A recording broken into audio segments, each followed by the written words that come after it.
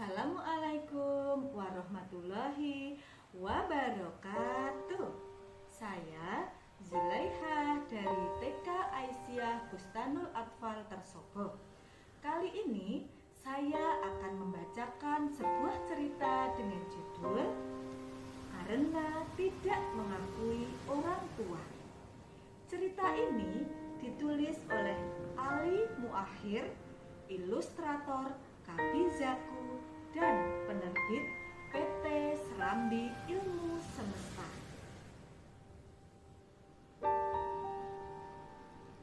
Karena tidak mengakui orang tua. Dahulu, di pesisir utara pantai Sumatera, ada sebuah keluarga nelayan yang hidup pas-pasan. Mereka hidup hanya dengan mengandalkan hasil nelayan yang tidak seberapa. "Bagaimana kalau aku merantau ke negeri seberang ya, Bu?"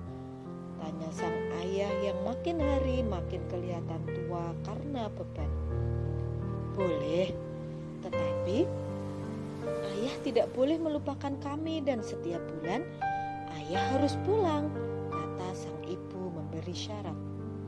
Saat itu anak mereka tidak tahu apa yang sedang dibicarakan orang tuanya. Dia adalah Malin Kundang. Setelah hampir 3 bulan meninggalkan rumah, ayah Malin Kundang yang telah berjanji untuk memberi kabar tidak memenuhi janjinya.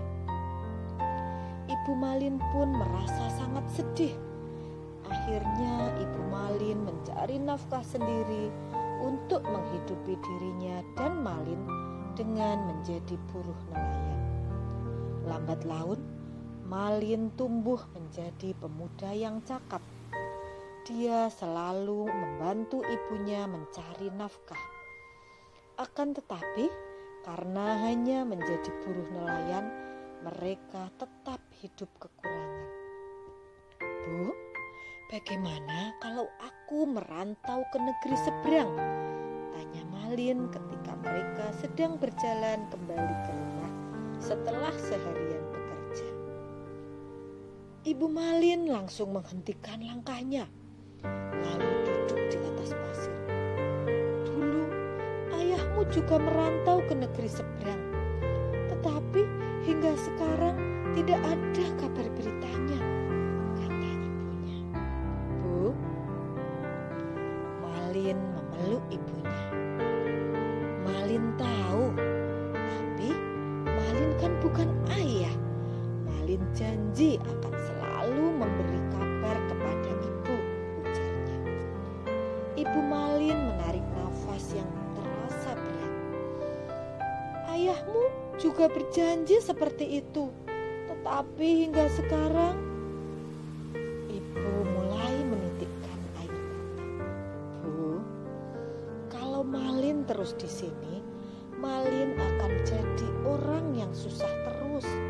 Malin ingin jadi orang sukses, Bu," Malin memberi alasan. Malin membutuhkan restu dari ibu. Ibu Malin menghapus air matanya. "Kalau kamu benar-benar ingin pergi, ibu tidak bisa melarang. Ibu berdoa supaya kamu jadi orang yang sukses," kata ibu kemudian. Esok paginya, pagi-pagi sekali Malin sudah siap berlayar.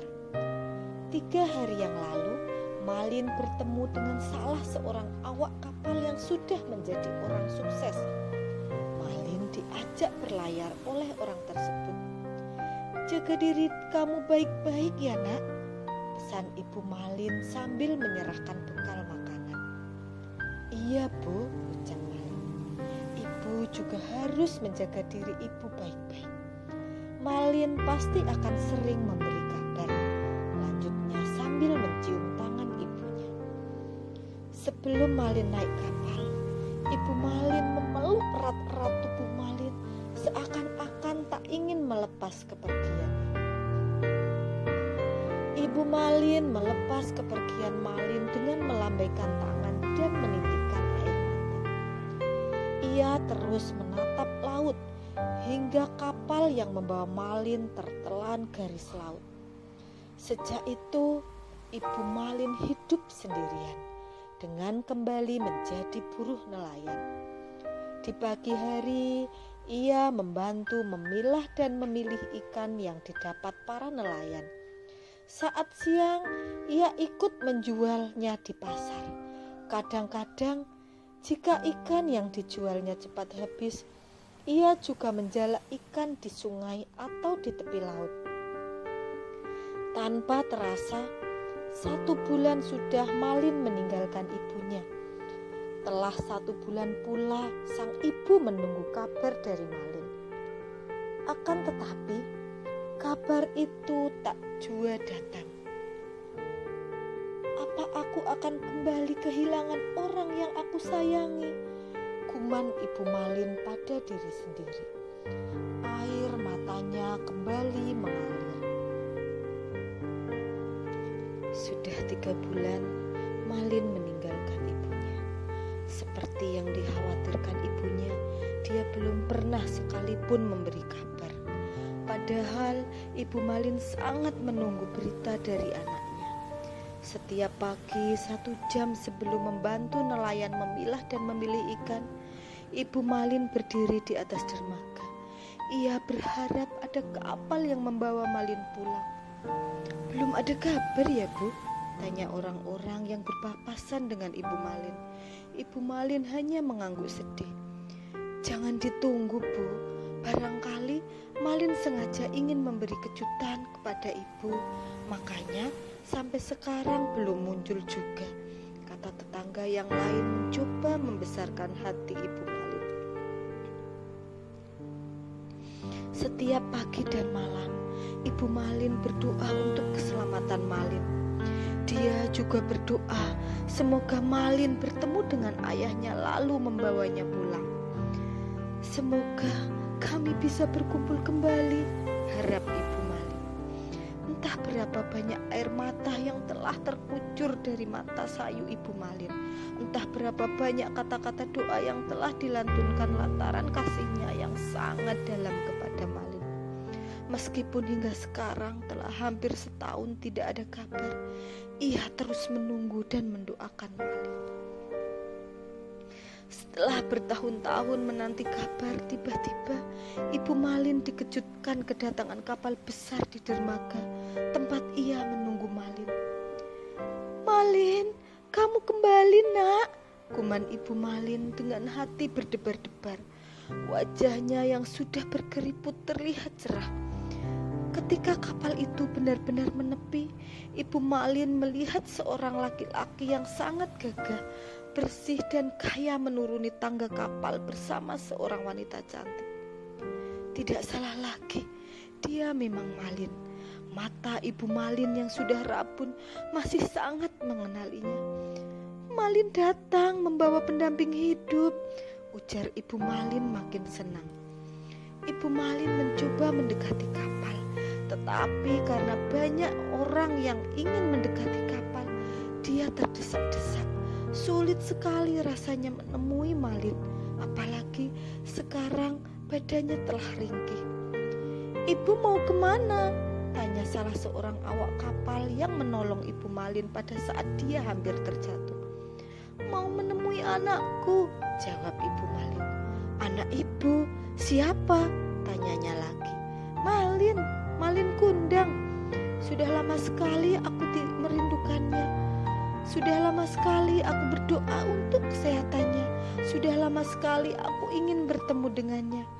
Dan tadi aku melihat dia menuruni tangga," jawab Ibu Malin panjang lebar. Awak kapal tersebut ternyata mau menolong Ibu Malin. Dia memapah Ibu Malin untuk duduk sejenak di atas sebuah batu dan memberikan air. "Ibu tunggu di sini dulu. Nanti kalau suasananya sudah tenang, aku akan antar Ibu kepada Tuan Malin," kata si awak kapal. "Tuan Malin?" Ibu Malin takjub mendengar anaknya dipanggil dengan sebutan Tuan. Si awak kapal mengangguk. "Tuan Malin adalah pemilik kapal ini. Dia sangat kaya raya di negeri seberang. Ceritanya kemudian, Ibu Malin tiba-tiba langsung bersujud. Dia sangat senang, ternyata Yang Maha Kuasa mengabulkan doa-doanya. Setelah menunggu beberapa jam, Ibu Malin akhirnya dijemput si awak kapal tersebut. Dia akan membawa Ibu Malin menemui Malin Kundang. "Ibu, aku sudah menemui Tuan Malin. Ibu disuruh masuk ke dalam," kata si awak kapal. Ibu Malin bergembira sekali mendengarnya. Saat itu akhirnya datang juga. Dengan tertatih-tatih ia mengikuti si awak kapal. Mata tuanya tidak berhenti-henti mengamati sekeliling kapal. Baru kali ini dia melihat kapal sebagus ini. "Ibu tunggu di sini sebentar. Aku akan memberitahu Tuan Malin," kata si awak kapal sebelum memasuki sebuah ruangan di dalam kapal. Ibu Malin sangat cemas ketika memasuki ruangan yang sangat indah, ruangan khusus Malin Kundang. "Malin, kamu telah kembali, Nak." Tanpa basa-basi, Ibu Malin langsung memeluk Malin yang sedang duduk bersama istrinya. "Ibu sangat merindukan kamu." Malin terdiam.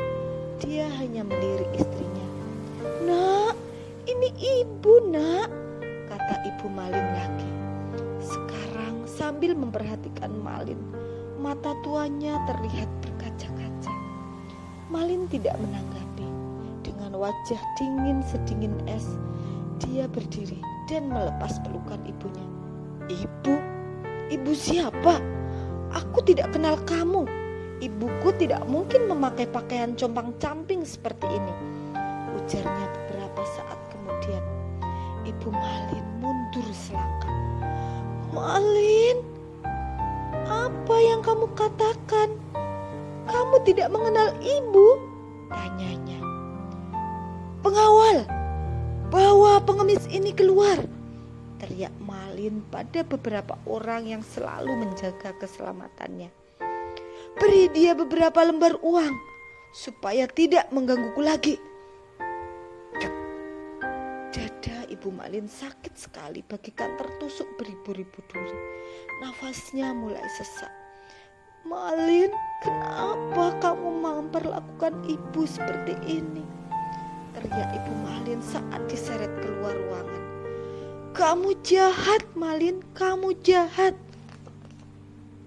Setibanya di luar kapal, Ibu Malin terduduk di atas pasir. Air matanya tumpah. "Ya Tuhan, jika memang dia benar bukan Malin anakku, selamatkan dia dari segala bencana.